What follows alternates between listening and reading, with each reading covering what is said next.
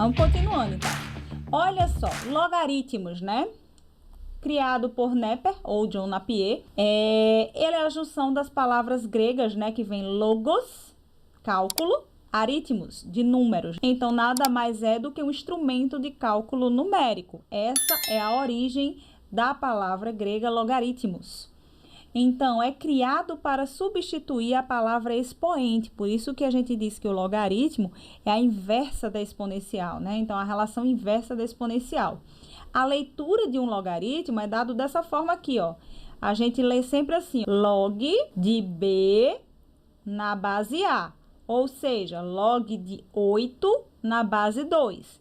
Quando a gente usa a definição do logaritmo, a gente chega justamente nessa exponencial aqui. Então, a substituição desse expoente aqui, ó, 2 à terceira, nada mais é do que isso aqui, ó. Log de 8 na base 2, desculpa. Log de 8 na base 2. Que aí vocês vão ver justamente, ó, que quando eu perguntar quanto é o log de 8 na base 2, vocês vão dizer, ó, 3, tá certo? Que é justamente esse expoente que tá aqui. Então, definição de logaritmos.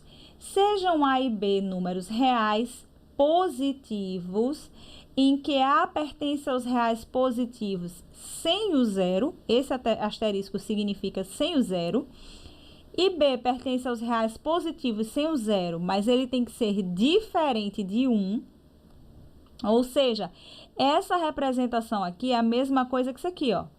Quando eu coloco menos 1 entre chaves, eu estou dizendo B diferente de 1, tá bom? Chamamos logaritmo de A na base B ao número real x tal que. Então, aqui está, ó, a representação do logaritmo. Então, logaritmo de A na base B é igual a x. E essa é a definição que vocês vão usar para resolver qualquer questão de logaritmo, tá bom?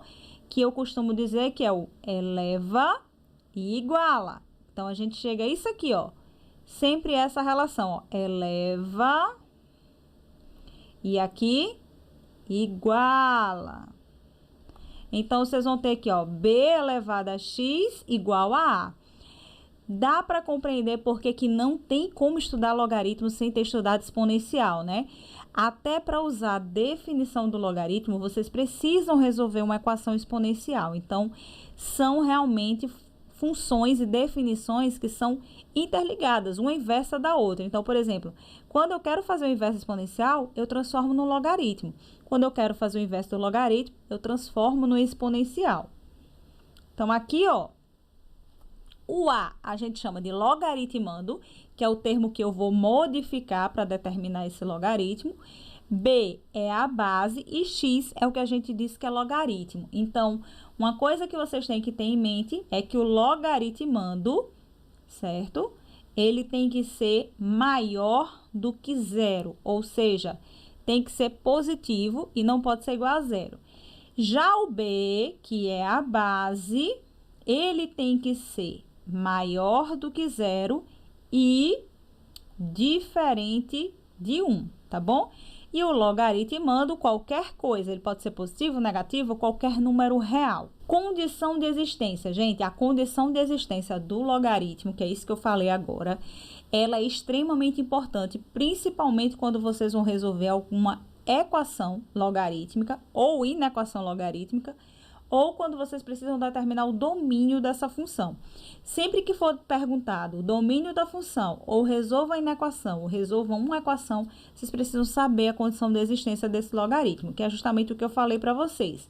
O logaritmando, que é o valor de A, tem que ser maior que zero, a base tem que ser maior que zero e diferente de 1. Essa é a condição de existência. Então, toda vez que a gente fala assim, qual a condição de existência do logaritmo, a gente está tratando disso aqui, tá bom?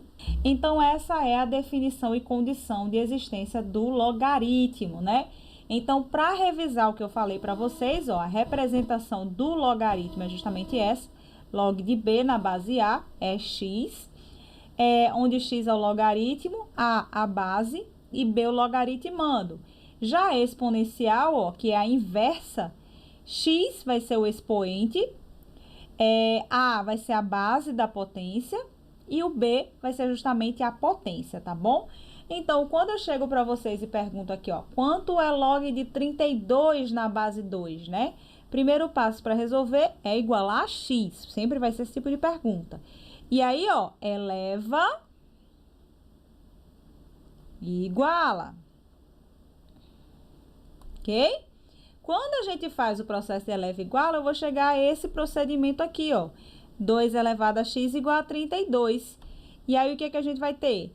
2 elevado a x é igual a 2 à quinta. Como é que eu cheguei a esse 2 à quinta? Aí, vocês vão fazer aquele processo de fatoração, né?